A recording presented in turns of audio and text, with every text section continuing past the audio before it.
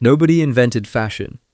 Every runway, every luxury brand, every outfit carefully chosen before walking out the door traces back to a single desperate decision made by a freezing human being who just needed to stay alive. They were not trying to look good. They were trying to not die. And somewhere between survival and society, something shifted. The evidence isn't fabric. Fabric doesn't survive 100,000 years. The evidence is lice. In 2003, a team of geneticists at the Max Planck Institute, studying human lice, made a discovery that had nothing to do with fashion and everything to do with when humans first started wearing clothes. Body lice, unlike head lice, can only survive in clothing. They need fabric to lay their eggs. By tracing the genetic divergence between head lice and body lice, scientists calculated that body lice first appeared approximately 107,000 years ago, which means clothing appeared approximately 107,000 years ago. Not because anyone decided to get dressed, because ice ages don't negotiate. The first garment in human history was not a choice. It was a response. But somewhere between animal skin and outfit, something shifted. For thousands of years, clothing did exactly one thing. It kept people alive, warm in the cold, protected from the cold, the wind, the rain. Nothing more than that. No different from a bird's feathers. No different from a bear's coat. And then something shifted. Not the weather, not the materials. The question changed. For most of human history, the only question clothing had to answer was a simple one. Am I warm enough to survive today? But somewhere around 75,000 years ago, a new question appeared in the human mind for the very first time. A question that had nothing to do with survival. Who am I? And the moment that question arrived, clothing was never the same again. There is a cave on the southern coast of Africa. It sits in the cliffs above the ocean near a place that would one day be called the Cape of Good Hope. 75,000 years ago, someone was living inside it. When archaeologists excavated it in the early 2000s, they found what you would expect alongside the bones and the stone tools. And then they found something they did not expect. Shells. Small, carefully selected, uniform in size. Each one pierced through the same point with a sharp tool. Each one worn smooth in a way that only happens when something is rubbed repeatedly against skin or cord. Someone had strung them together. Someone had worn them. These shells are the oldest known jewelry in human history. They kept nobody warm. They caught no food. They served no purpose that survival required. Which means 75,000 years ago, long before cities, long before language as we know it, long before anyone had a word for beauty, a human being picked up a shell, looked at it, and wanted to wear it. Not because they needed to, because they wanted to be seen. That is the moment survival became fashion. Not on a runway, in a cave, with a shell. But being seen wasn't enough for long. Humans didn't just want to be noticed. They wanted to be ranked.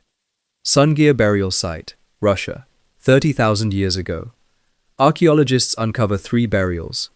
An older man, 2 adolescents buried head to head, all 3 covered in thousands of ivory beads, over 13,000 on the older man alone, arranged in patterns suggesting they were sewn onto clothing that has long since decomposed. Experimental archaeologists calculate that producing a single ivory bead by hand, using Stone Age tools, takes approximately 45 minutes. 13,000 beads, over 9,000 hours of work, for a single burial garment. Someone spent the equivalent of years of labor producing clothing whose only purpose was to communicate something about the person wearing it. By 30,000 BC, clothing wasn't just decoration, it was hierarchy. And once clothing could communicate hierarchy, power moved in immediately. In the ancient Egypt, 3000 BC, the Egyptians developed the finest linen in the ancient world. Thread counts so high that historians initially mistook samples for silk. White linen dominates Egyptian clothing, not because it is practical, which it is, but because white linen is expensive to produce and difficult to keep clean. Wearing white linen in ancient Egypt communicates one thing: I do not do manual labor. I have people to wash my clothes. White becomes a class signal. Then comes purple. The Greeks and Romans develop a dye extracted from sea snails. A single pound of Tyrian purple requires the crushing of approximately 4 million mollusks. Julius Caesar restricts purple clothing to the emperor alone. Wearing the wrong color becomes a political act.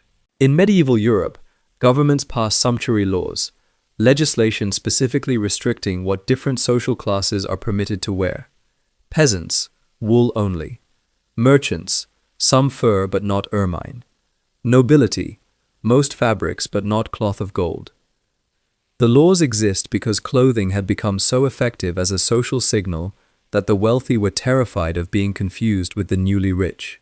Fashion had become so powerful that governments passed laws to control it.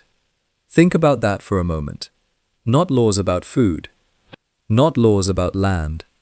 Laws about what you were allowed to wear. Clothing had stopped being about survival entirely. It had become about power. And power, once it finds a language, never gives it up. In 1858, an English designer named Charles Frederick Worth opens a clothing house in Paris and does something no clothing maker has done before. He puts his own name on the clothes, sewn into the garment as a label. The designer becomes the brand. The garment is no longer just a garment. It is a declaration of who made it, inseparable from the identity of who wears it. The entire modern luxury fashion industry descends from this single decision. Worth understands something that takes economists another century to name. The higher the price, the more desirable the object becomes. Because expensive clothing was never really about the fabric. It was always about what the fabric said about the person inside it. Which raises a question worth sitting with. When you get dressed in the morning, when you choose one thing over another, even alone, even when nobody is watching, what are you communicating? And to whom? A prehistoric human pulling animal skin over their body to survive the cold. A coastal African stringing shells together for reasons nobody fully understands. A Russian artisan spending 9,000 hours decorating a burial garment for someone already dead. An Egyptian aristocrat wearing white linen to announce they have servants. A medieval government passing laws to stop poor people dressing above their station. An English designer sewing his name into fabric and selling it to an empress. None of them invented fashion. They each solved a problem in front of them.